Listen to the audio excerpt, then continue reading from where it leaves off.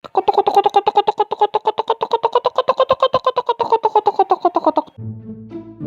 gengs, kaget tiba-tiba udah nongol aja nih. Ini aku cuma lagi berusaha keras buat nikmatin hidup supaya bisa menjaga rasa syukur. Kita kan kalau hidup, hah? Gimana?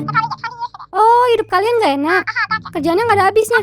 Capek rasanya mau mati aja. Oh, berarti kalian belum bikin hidup kalian itu gampang. Makanya kayak capek banget. Kerja mulu kayak gak ada habisnya. Kita bikin semua jadi gampang aja gengs. Contoh, misal kita lagi belanja di pasar. Ini kan aktivitas yang melelahkannya luar binasa ya. Nah, supaya ini gak terlalu melelahkan, belanjanya yang banyak aja supaya kita bisa stok di rumah. Gak apa-apa untuk seminggu sampai 2 minggu ke depan. Jadi gak perlu capek-capek tiap hari ke pasar. Kan kulkas kita juga gede. Jadi sayang kan kalau banyak kosongnya. Daripada kita beli sofa 1 juta, mending kita belinya sekalian yang 20 juta. Coba dipikirkan secara logika. Sofa 1 juta udah menjelek, bikin sakit pinggang, setahun udah bobrok. Cepet banget bobroknya, udah kayak nilai rupiah. Tapi kalau beli yang 20 juta, udah mah bagus, enak didudukin, 20 tahun juga masih kuat. Lama kuatnya, udah kayak bukan nilai rupiah. Siang-siang kalau panas kan tangan kita capek banget ya. Kalau mesti ngepas mulu, supaya nggak melelahkan, mending kita nyalain AC.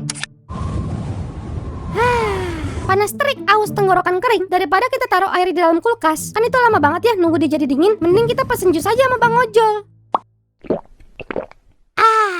Daripada kita, semua itu pakai duit. Iya, emang pakai duit. Kenapa?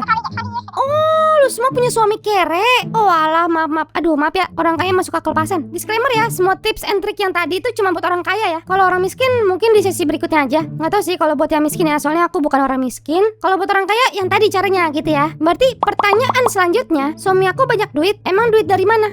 Ini namanya Miswa, biasa dipanggil baby, tapi sama aku doang. Kalau dia punya benda ini, dia paling jago buat begini.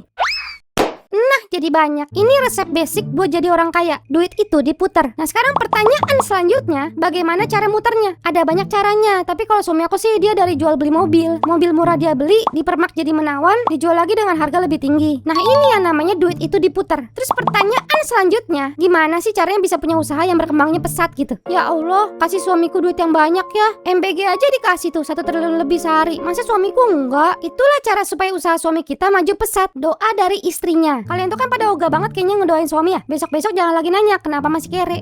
Di tempat dia kerja, dia tuh tugasnya ngontrol dan nyuruh-nyuruh gitu. Kalau nggak salah istilahnya tuh bos besar. Nah itu, suamiku ini yang punya tempatnya. Karyawan dia ada banyak, kerjaan dia ke-handle semua sama orang. Makanya dia punya banyak waktu buat keluarga. Tapi banyak waktunya itu yang justru jadi letak masalah. Contoh kayak sekarang nih, kan aku lagi enak-enak ngelipetin baju ya. Tiba-tiba banget dia yang waktunya super duper luang ini datang nyamperin aku. Ma, habis kakak pulang sekolah kita jalan ke mall yuk, kita senang-senang. Aduh, pusing. Jalan lagi. Senang-senang mulu. Padahal baru kemarin jalan, sekarang jalan lagi.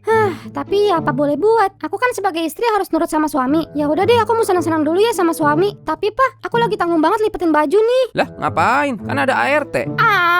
Papa, aku melting. Emang kita ke mall mau beli apa sih? Ya, kamu maunya apa? Skincare, lipstick, barang-barang yang bikin kamu cantik itu loh. Aduh, pusing. Skincare lagi. Aku jadi cantik mulu. Aku pusing banget deh sama kebahagiaan ini. Iya, kalau buat anak kita, Ini aja, kita beli mainan. aduh, mainan si Ade udah banyak banget, Pak. Gak apa-apa, kan aku sayang sama anak. Papa, cari di mana lagi laki kayak lu? Tapi capek rapiinnya, Pak. Si Ade kan kalau udah main gak pernah rapin sendiri. Lah ngapain? Kan ada ART. Kasian kan, Simba udah banyak kerjaannya. Ya udah, besok papa cari lagi ART buat jagain sama rapin mainan si Ade, biar kamu gak capek ya. Ya udah deh. Tapi aku jemput si kakak dulu ya, Pak. Aduh, panas banget ya di luar. Jan, itu lu bisa ambil anak gua dulu nggak? Iya, jemput di sekolah. Kasian ini bini gua lagi capek.